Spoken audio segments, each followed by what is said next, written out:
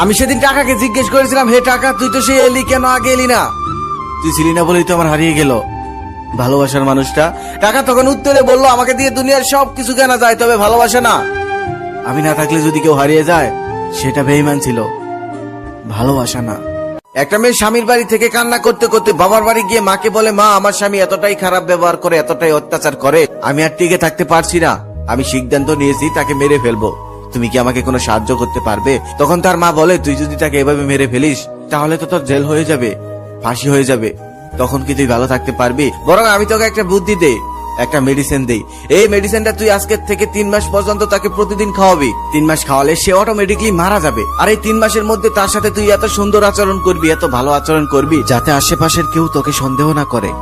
তারপর মেয়েটি খুশি মনে চলে যায়, আর বাসায় গিয়ে প্রতি রাতেই দুধের সাথে মিশিয়ে সেই মেডিসিনটি খাওয়াতে থাকে। 2 মাস পর মেয়েটি কান্না করতে করতে আবার মায়ের কাছে আসে, এসে বলে, মা